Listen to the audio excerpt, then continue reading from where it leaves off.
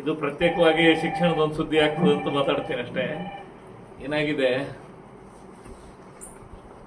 ಈ ಸರ್ಕಾರ ಬಂದ ನಂತರ ಶಿಕ್ಷಣ ಅವರ ಆದ್ಯತೆಯಾಗಿ ಉಳಿದಿಲ್ಲ ಸರ್. ಶಿಕ್ಷಣಕ್ಕೆ ಕೊಡಬೇಕಾಗಿರುವಷ್ಟು ಅನುದಾನವನ್ನು ಕೊಡಲಿಲ್ಲ, ಮೂಲಭೂತ ಸೌಕರ್ಯ ಕೊಡಲಿಲ್ಲ,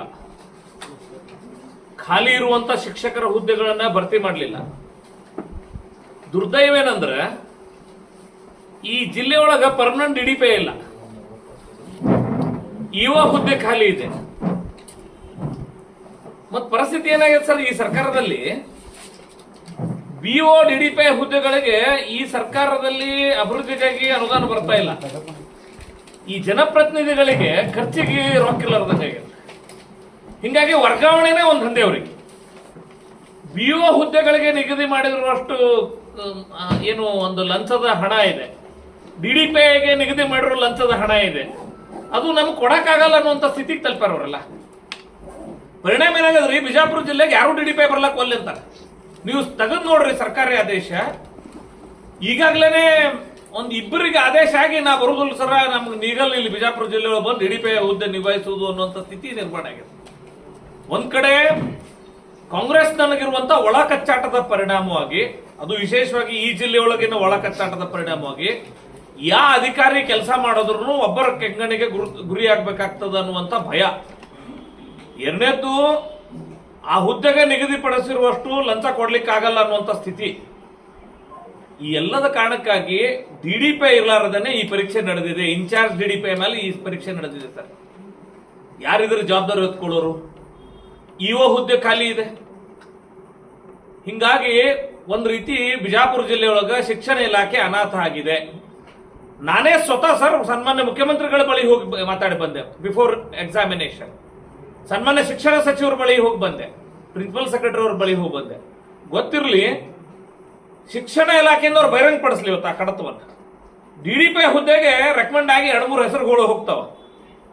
ಆದ್ರ ಪದೋನ್ನತಿ ಆಗುವವರೆಗೂ ಅವ್ರಿಗೆ ಪೋಸ್ಟಿಂಗ್ ಸಿಎಂ ಆಫೀಸ್ನಾಗ, ಎಜುಕೇಶನ್ ಮಿನಿಸ್ಟರ್ ಆಫೀಸ್ನಾಗ ವಿಳಂಬ ಧೋರಣೆಯಿಂದ ಹಂಗೆ ಇಟ್ಕೊಂಡು ಕೂರ್ತಾರೆ. ಹಿಂಗಾಗಿ ಶಿಕ್ಷಣ ಇಲಾಖೆ, ಶಿಕ್ಷಣದ ಆಡಳಿತ ಇಡೀ ಬಿಜಾಪುರ ಜಿಲ್ಲೆಯಲ್ಲಿ ಕುಸಿದೋಗಿದೆ ಸರ್. ಪರಿಣಾಮವಾಗಿ ನಾವು ಲಾಸ್ಟ್ ಬಟ್ ಒನ್, ಕೊನೆಗೆ ತಲುಪಿಲ್ಲ, ಕೊನೆಗೆ ಒಂದು ಅಂಕ ಹಿಂದಿದೀವಿ ಅಷ್ಟೇ. 34ನೇ ಸ್ಥಾನಕ್ಕೆ ತಲುಪ್ತೇವೆ ಅಂತ ಹೇಳಿದ್ರೆ ಸರ್ ಬಹಳ ದುಸ್ಥಿತಿ ಇದೆ. ನಾನು ಬಹಳ ಸಮಯೋಚಿತವಾಗಿ ನೀವು ಪ್ರಶ್ನೆ ಕೇಳಿದಿರಿ. ಸರ್ಕಾರ ಆತ್ಮಾವಲೋಕನ ಮಾಡಕ್ಕೂ ಮೊದಲು ಅಧಿಕಾರಿಗಳು ಕೊಡ್ರಿ. ಏನ್ ಶಿಕ್ಷಣ ಇಲಾಖೆ ಅಧಿಕಾರಿಗಳಿಂದ ದುಡ್ಡು ತಿಂದು ಏನ್ ಇದಕ್ಕಿಂತ ಕೆಟ್ಟ ಕೆಲಸ ಏನ್ ಮಾಡ್ಬೇಕಂತೀರಿ, ಸಾಕು ಅನ್ನುವಂತ ಬುದ್ಧಿ ಮಾತನ್ನ ನಾನು ಕಾಂಗ್ರೆಸ್ ಸರ್ಕಾರಕ್ಕೆ ಹೇಳ್ತೀನಿ. ಬಟ್ ಇಷ್ಟು ದಿನ ಆದ್ರೂ ಆಗಲೇ 4-3 ದಿನ 2 ದಿನ PUC ಬಂದಾಗ 15 ದಿನ ಆಯ್ತು, ಇನ್ನೂ ಅದರ ಬಗ್ಗೆ ಒಂದು ವಿಮರ್ಶೆ ಆಡಳಿತ ವರ್ಗದಲ್ಲಿ ಆಗಿಲ್ಲ. ಇನ್ನು ಸರ್ ಇಲ್ಲಿ ಸಚಿವರು, ಶಾಸಕರು ಸಹ ಧ್ವನಿ ಎತ್ತಾ ಇಲ್ಲ ಅದ್ರ ಬಗ್ಗೆ. ಏನಾಗಿದೆ, ಇಲ್ಲಿ ಇಬ್ಬರು ಸಚಿವರು ಅದಾರ ನಮ್ಮ ಜಿಲ್ಲೆಯೊಳಗೆ. ವಾತಾವರಣ ಏನದಂತ ನಿಮ್ಗೆ ಗೊತ್ತು. ಪರಸ್ಪರ ಮುಖ ನೋಡದೆ ಪರಸ್ಪರ ದೂಷಿಸುವಂತ ವಾತಾವರಣದೊಳಗ ಇದೆಲ್ಲ ಸರಿಯಾಗಂದ್ರೆ ಹೆಂಗಾಗ್ತದೆ ಸರ್? ಸರಿ, ಇಲ್ಲಿದ್ ಬಿಟ್ಬಿಡ್ರಿ. ರಾಜ್ಯದಾಗ DCM CM ಮುಖ ನೋಡಲ್ಲ, ಜಿಲ್ಲಾದಾಗ ಇಬ್ರು ಮಂತ್ರಿ ಮುಖ ನೋಡಲ್ಲ, ಒಬ್ರಿಗೊಬ್ರು ಬೈದಾಡುವಂತ ಸಮಸ್ಯೆ, ಒಬ್ರಿಗೊಬ್ರಿಗೆ ಅವಿಶ್ವಾಸದ ಸಮಸ್ಯೆ. ಆಡಳಿತ ಇಲ್ಲದ್ರಿ ಸರ್, ಕುಸಿದೋಗ್ಬಿಟ್ಟದ. ನಮಗ ಒಬ್ರು ಅಧಿಕಾರಿ ಹೇಳಿದ್ರು, ಸರ್ ವರ್ಗಾವಣೆ ಮಾಡಿದ ಸರ್ಕಾರ. ನಾ ಕೇಳಿದೆ, ಬಂದ್ಬಿಡ್ರಿ ಸರ್, ಪರ್ಮನೆಂಟ್ ಒಬ್ರು ಯಾರು ಬೇಕು, ಡಿಡಿಪಿ ಜವಾಬ್ದಾರಿ ತೊಳೋರ್ ಬೇಕು, ಇನ್ಚಾರ್ಜ್ ಇದ್ದವ್ರ ಮೇಲೆ ಆಗೋದಿಲ್ಲ, ನೀವು ಒಳ್ಳೆ ಅಧಿಕಾರಿ ಅಂದೆ. ಸರ್ ನಾವು ಒಳ್ಳೆ ಇರೋದೇ ಪ್ರಾಬ್ಲಮ್ ರೀ, ನನಗೆ ನೀಗುದಿಲ್ಲ ನಿಮ್ ಜಿಲ್ಲಾದಾಗ ಬಂದ್ರು. ಒಬ್ರು ಹೇಳಿದ್ ಮಾಡಿದ್ರೆ ಇನ್ನೊಬ್ರಿಗೆ ಸಿಟ್ಟು ಬರ್ತದೆ. ನಾವೆಲ್ಲ ಅಡಗೋದ್ನಾಗ ಸಿಕ್ಕಾಕೊಂಡು ಬಿಜಾಪುರ ಜಿಲ್ಲಾಕ್ ಬಂದು ಅನ್ನೋಂಥ ಸ್ಥಿತಿ ಇದೆ ಸರ್, ಟು ಬಿ ಫ್ರ್ಯಾಂಕ್. ಆ ಕಾರಣಕ್ಕಾಗಿ ಶಿಕ್ಷಣ ಇಲಾಖೆ ಕುಸಿತು.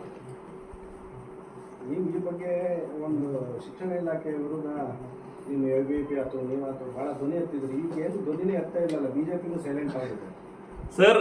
ಅದು ಏನಾಗ್ಯದ್ರಿ, ನಾವು ಮಾತಾಡಿ ಹೇಳಿ ಸರ್ಕಾರಕ್ಕೆ, ಮುಖ್ಯಮಂತ್ರಿಗೆ ಸ್ವತಃ ಹೋಗಿ ಭೇಟಿಯಾಗಿ ಬಂದಿನಿ ಸರ್. ನಾವು ವಿಷಯದೊಳಗೆ ಶಿಕ್ಷಣ ಮಂತ್ರಿ ಭೇಟಿಯಾಗಿದ್ದೇವೆ ಸರ್. ಇದು ಒಂದ್ ರೀತಿ ಕೋಣನ ಮುಂದೆ ಕಿನ್ನೂರಿ ಬಾರಿಸಿದಂಗ ಈ ಸರ್ಕಾರದ ಎದುರುಗಡೆ ನಾವು ಎಷ್ಟೇ ಹೋರಾಟ ಮಾಡ್ಲಿ, ಏನೇ ಮಾಡ್ಲಿ, ಆ ಕೋಣನ ಮುಂದೆ ಕಿನ್ನೂರಿ ಬಾರಿಸಿದ್ರೆ ಶಂಭುಲಿಂಗನ ಗುಡಿಯಲ್ಲಿ ಅಂತಿತ್ತು ಅನ್ನೋ ರೀತಿಯೊಳಗೆ ಅವರು ಅದನ್ನ ಸ್ಪಂದನೇ ಇಲ್ಲ ಸರ್.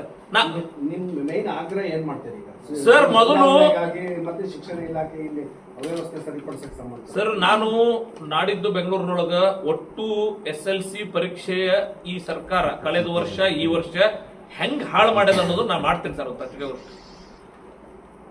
ಇಡೀ ಶಿಕ್ಷಣ ಇಲಾಖೆ ಕಾಯಿ ಕಲ್ಪಡುವಂತ ಅಗತ್ಯ ಸರ್. 2 ವರ್ಷನಾಗ ಹಿಂದಿನ ಸರ್ಕಾರ ಏನ್ ನೇಮಕಾತಿ ಪ್ರಕ್ರಿಯೆ ನಡೆಸಿತ್ತಲ್ಲ ಅದು ಆದೇಶ ಕೊಟ್ಟಿದ್ ಬಿಟ್ರೆ ಹತ್ತತ್ರ 80,000 ಖಾಲಿ ಹುದ್ದೆಗಳದಾವ ಅನ್ನೋಂಥದ್ದು ಒಂದು ಅಂಕಿಅಂಶ. ಶಿಕ್ಷಕರು ತುಂಬಿಕೊಳ್ಳಿಕ್ಕೆ ಅವಕಾಶ ಮಾಡ್ತಾ ಇಲ್ಲ. ಒಳ ಮೀಸಲಾತಿಯ ನೆಪ ಹೇಳಿ ನೇಮಕಾತಿ ನಿಲ್ಸ್ಯಾರ ಸರ್. ಈ ರೀತಿ ಹಲವಾರು ಲೋಪದೋಷಗಳು ನ್ಯೂನ್ಯತೆಗಳದ. ಒಂದು ಸ್ಟೇಟ್ ಲೆವೆಲ್ ಅಲ್ಲಿ ಸರಿ ಆಗ್ಬೇಕಾಗಿರೋದು ಒಂದು ಭಾಗ. ಅಲ್ಲಿ ಸಿಎಂ DCM ಇಬ್ರು ಮುಖ ನೋಡ್ತಾ ಇಲ್ಲ. ಒಂದ್ ರೀತಿ ಆಡಳಿತ ಅಂತ ಹೆಂಗಾಗ್ಯದ ಅಂದ್ರೆ ಸರ್, ನಾ ಮೊನ್ನೆ ಹೋಗಿದ್ದೆ ಸೆಕ್ರೆಟರಿಯೇಟಿಗೆ.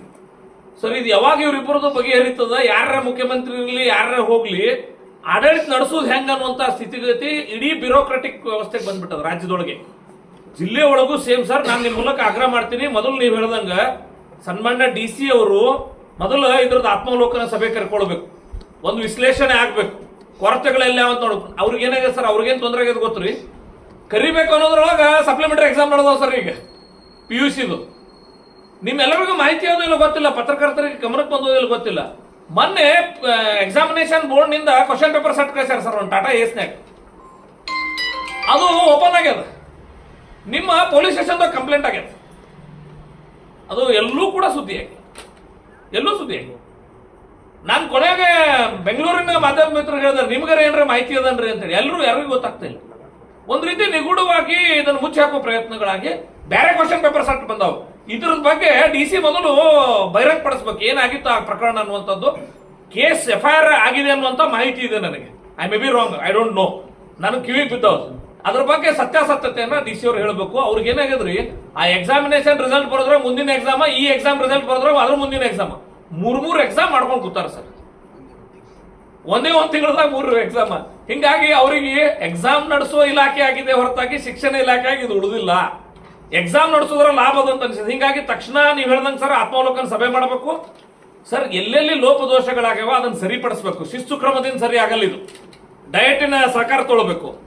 ತಗೊಂಡು ನಮಗೆ ಸಾಮರ್ಥ್ಯಗಳೇನು ಈ ಜಿಲ್ಲೆದು ಅನ್ನುವಂಥದ್ದು ಗುರುತಿಸಿ ಮಾಡ್ಬೇಕಂದ್ರೆ ಮೊದಲು ಪರ್ಮನೆಂಟ್ DDPI ಬೇಕು, ಪರ್ಮನೆಂಟ್ EO ಬೇಕು, ಪರ್ಮನೆಂಟ್ BOಗಳು ಬೇಕು.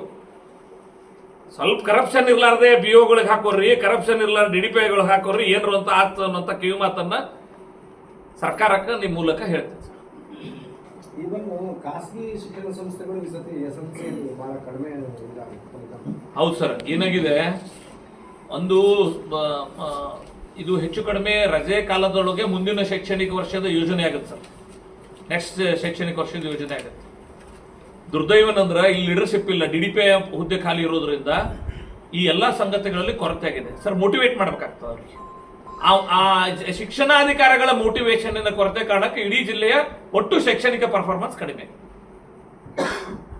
ಇನ್ಚಾರ್ಜ್ ಇದ್ದವ್ರು ಅನ್ಸ್ಕೋತ್ ಮಾಡ್ತಾರ್ರಿ. ಪಾಪ ಒಬ್ರು ಲೇಡಿ ಕೊಟ್ರ ಸರ್, ನಾವು ಅವ್ರು ಒಪ್ಕೊಂಡ್ರ ಅಂದ್ರೆ ಚಲೋ, ಇವ್ರೆಲ್ಲರ ಗದ್ದದೊಳಗೆ ನಾಯಲ್ಲಿ ಸಿಕ್ಕಾಕೊಡ್ತೀನಿ ಅನ್ನೋಂಥ ಭಯ ಅದೆಲ್ಲ ಅಧಿಕಾರಿ. At least is performing. ಒಬ್ರು ಇನ್ಚಾರ್ಜ್ ಎಷ್ಟು ಮಾಡ್ಬೇಕು ಅಷ್ಟು ಪಾಪ ಅವ್ರು ಮಾಡತ್ತಾರ, ಅವ್ರದ್ದೇನು ತಪ್ಪಿಲ್ಲ.